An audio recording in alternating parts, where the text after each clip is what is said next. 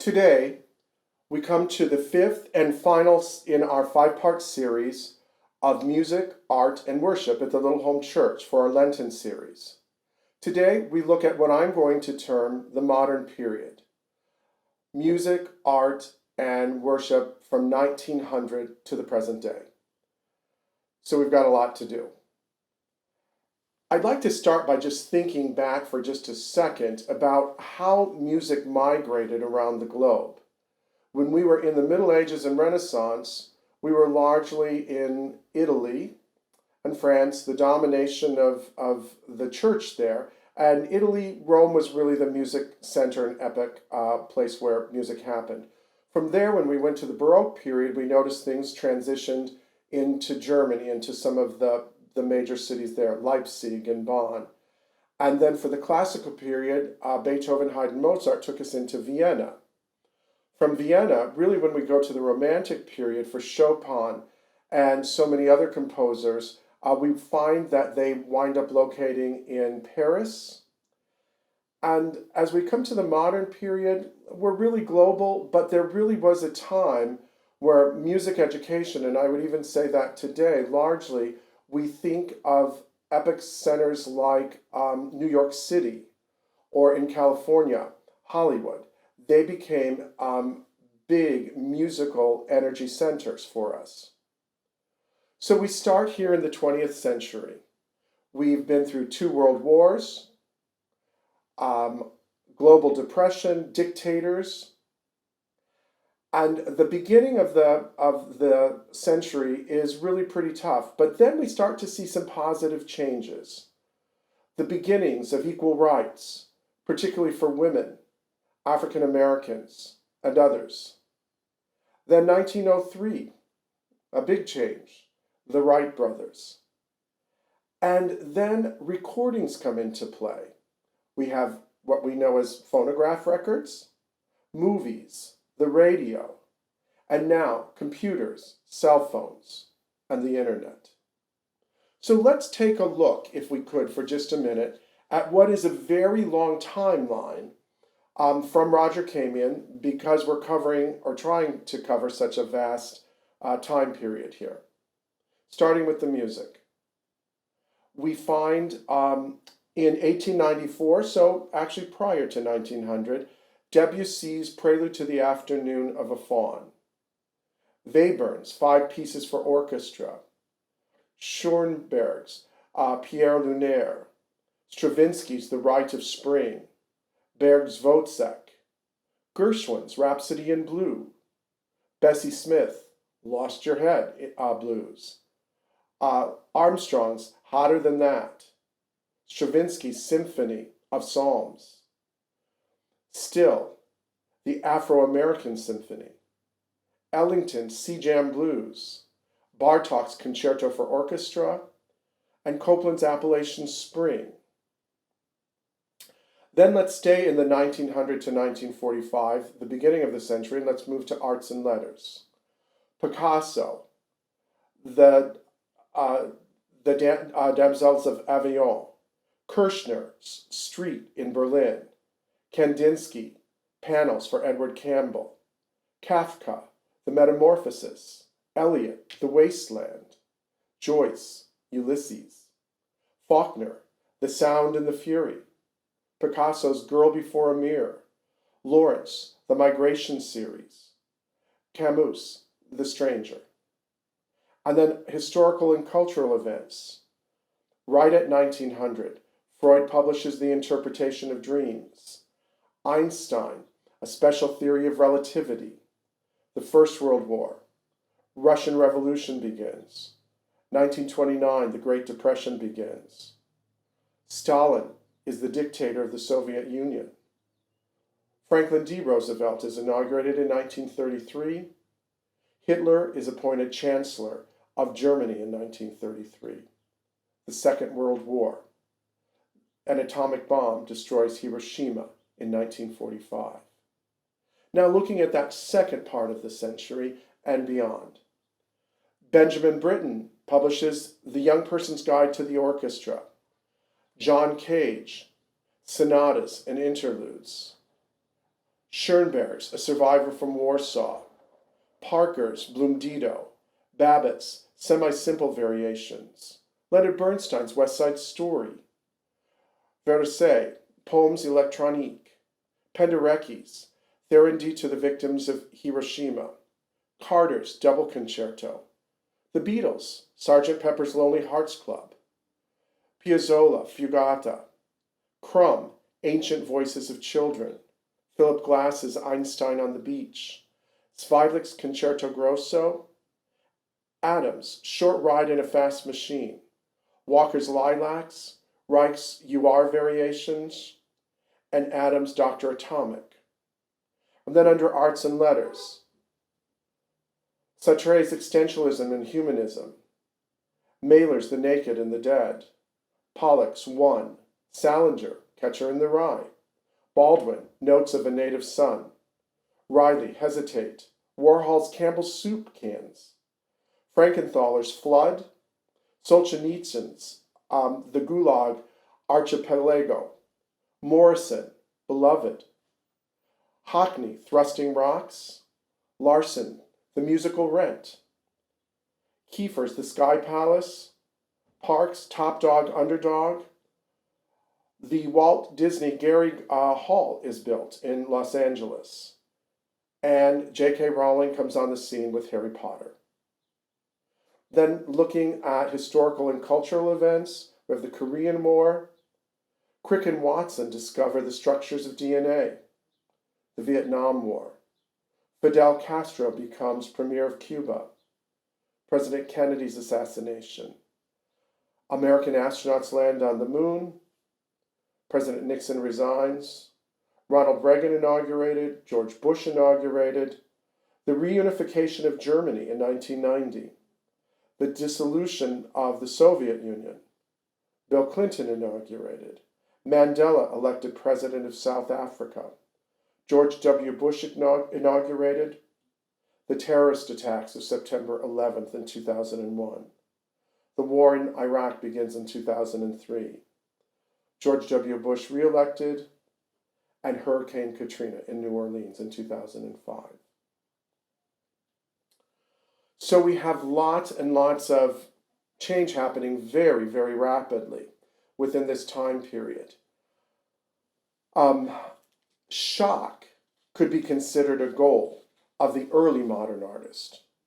Modern dance, Picasso's Cubist style, Kandinsky's abstracts, no longer trying to look like the world as we all know it. A word we hear a lot today, diversity. Diversity became the norm. It was okay for the artist and musician to be shocking and then to be conventional in their work. Travel blossomed, and there were signs of cross-cultural works. Picasso with his African sculptures, Frank Lloyd Wright with Japanese influences in his architecture, or John Cage basing some of his music on Indian philosophy. New technology meant new materials. Plastic is now used in sculpture, lights, TV monitors, and electronic music. I think of John Cage as a young college student and even high school student sitting in what was Orchestra Hall in Chicago, and a piece of John Cage's music being premiered, and people just simply got up and walked out. And that seems pretty mild compared to something that happened May 29th, 1913. Probably the most famous music riot of all times. Stravinsky wrote a score for a ballet, The Rite of Spring, and it portrayed ancient tribal rites. The instruments were treated completely differently. Strings were treated percussively. And although we would like to play some of that music for you, copyright does not allow us to do that in this series, but I would encourage you to give a listen at some point to Stravinsky's Rite of Spring. Radios and recordings changed the music scene completely.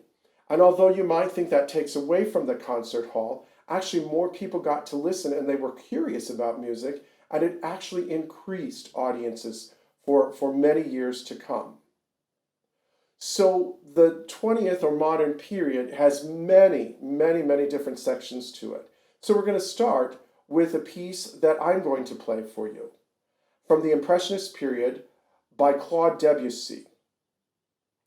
Now, the actual movement started with the poets, and they were called symbolists.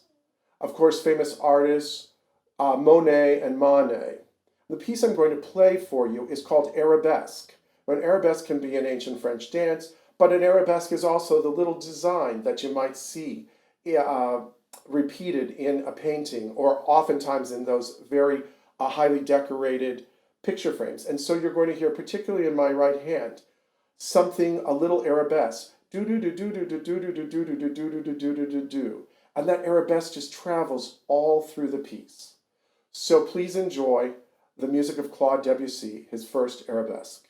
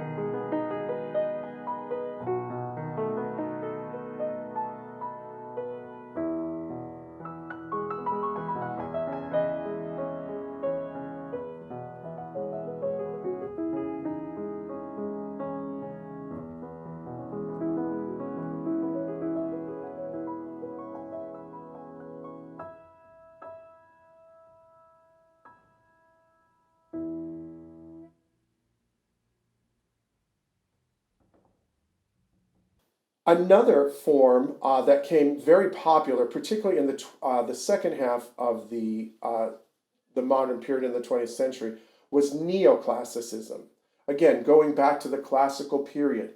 They went back to the traditional forms of sonata. I think of two composers, Stravinsky, who, again, was not too conventional in the Rite of Spring, but oftentimes could still write in a very traditional way. And then Paul Hindemith, the German composer who came to the United States. And Hindemith wrote just a lot of sonatas for every instrument, and they are written in very typical sonata form. And although there is some dissonance with it, he very much wrote in just a strong triadic concept. Expressionism. I think Munch's The Scream probably symbolizes that as best as anything. Intense subjective emotions, social protest, fragmented. Again, Arnold Schoenberg has a piece entitled A Survivor from Warsaw, which incorporates a letter from someone who was in an internment camp and survived, actually. Schoenberg was known for the 12-tone system, where all 12 notes of the scale, if you know, there are 7 white keys on the piano, A, B, C, D, E, F, G, and the 5 black keys, the groups of 2 and the groups of 3. All 12 of those were used, and you had to use all 12 tones before you could repeat the tone again. They could happen in chord clusters, they could happen individually. It was called a 12-tone row, and then the composers did things like spelled them backwards and inverted them and put them upside down. American composers we think of were Charles Ives, the insurance man, George Gershwin, who not only was considered a classical composer, but of course did many Broadway musicals and pop musicals, and then Aaron Copland. We also saw the minimalist movement, which meant just going down to repeated patterns. Just a minimal amount of notes were used. This music was oftentimes more dissonant and oftentimes included mixed media, electronic sounds. And then, of course, we see the blossoming of jazz, ragtime, blues, film scores, and then the blossoming of rock and roll. So although I couldn't play for you a soundtrack from the Rite of Spring, I do have a piece, and I'm just going to play an excerpt for you of Bela Bartok. He was a Hungarian composer who did a lot of work out in the fields of Hungary, collecting folk tunes and turning them into an actual teaching method and performance pieces, but then he did come to the United States. The piece that I'm going to play excerpts from is called Allegro Barbaro. And allegro is the Italian word for lively, and barbaro, barbaric. And this shows again some of that cross-cultural happening in music. This piece, the piano is treated very percussively. It is very barbaric. You'll feel the sense of drums being played. And there is melody there, but it's presented in a very different fashion. So let's pause now and listen to Allegro Barbaro.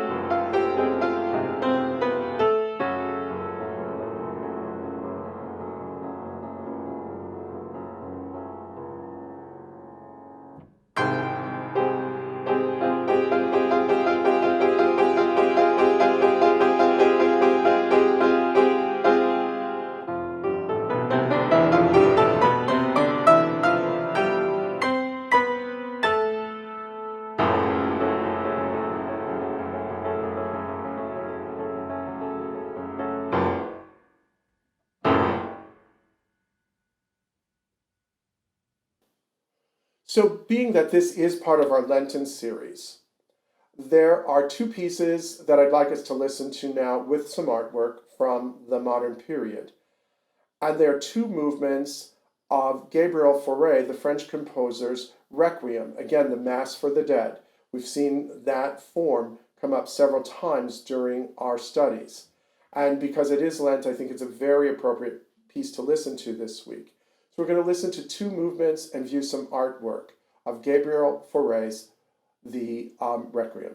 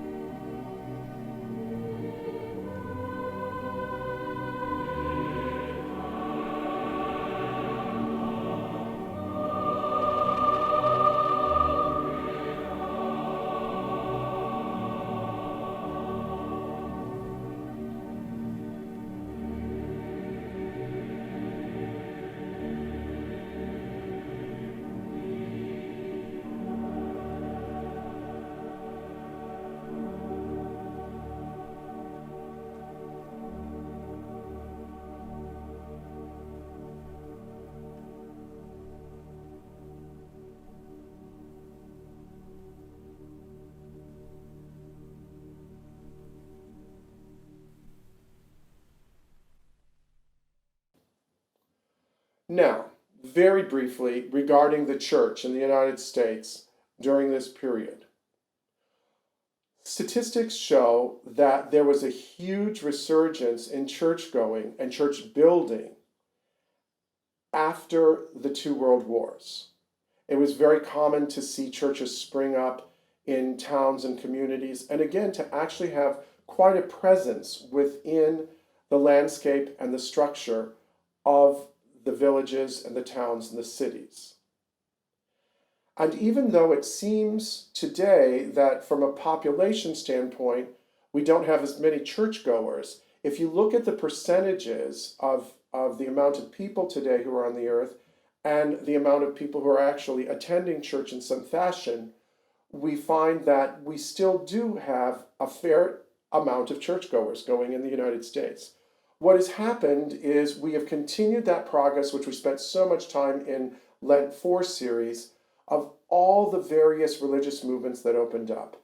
And today, probably for us, one of the biggest things is we still have our mainstream churches, we still have our Catholic Church, and we still have Methodist and Presbyterian and Baptist, and we have the United Church of Christ, but then, and the Lutherans, and I'm probably leaving many out. But then we also see the emergence of the non-denominational church come to play, and people just once again finding their own individual voice and just being actually their own in a separate worshiping congregation.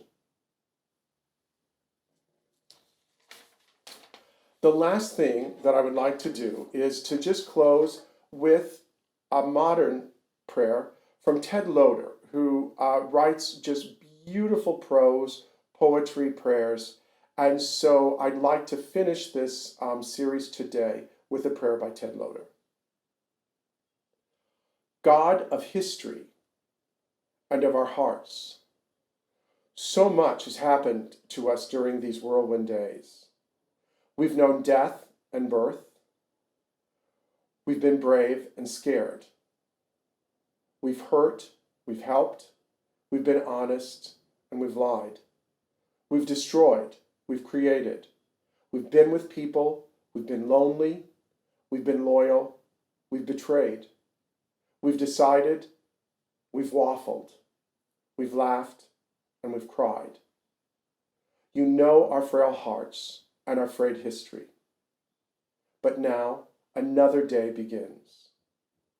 O God, help us to believe in beginnings and in our beginning again, no matter how often we failed. Help us to make beginnings, to begin going out of our weary minds into fresh dreams, daring to make new, bold tracks in the land of now, to begin forgiving, that we may experience mercy, to begin questioning the unquestionable, that we may know truth, to begin disciplining, that we may create beauty, to begin sacrificing, that we may make peace, to begin loving, that we may realize joy.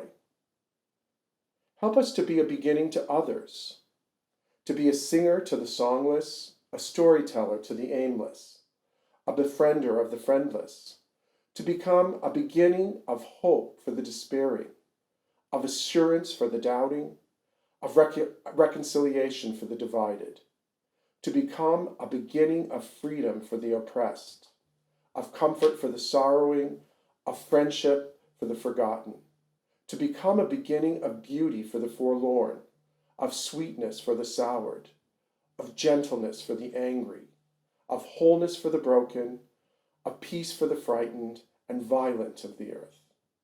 Help us to believe in beginnings, to make a beginning, to be a beginning, so that we may not just grow old, but grow new each day of this wild, amazing life you call us to live with the passion of Jesus Christ.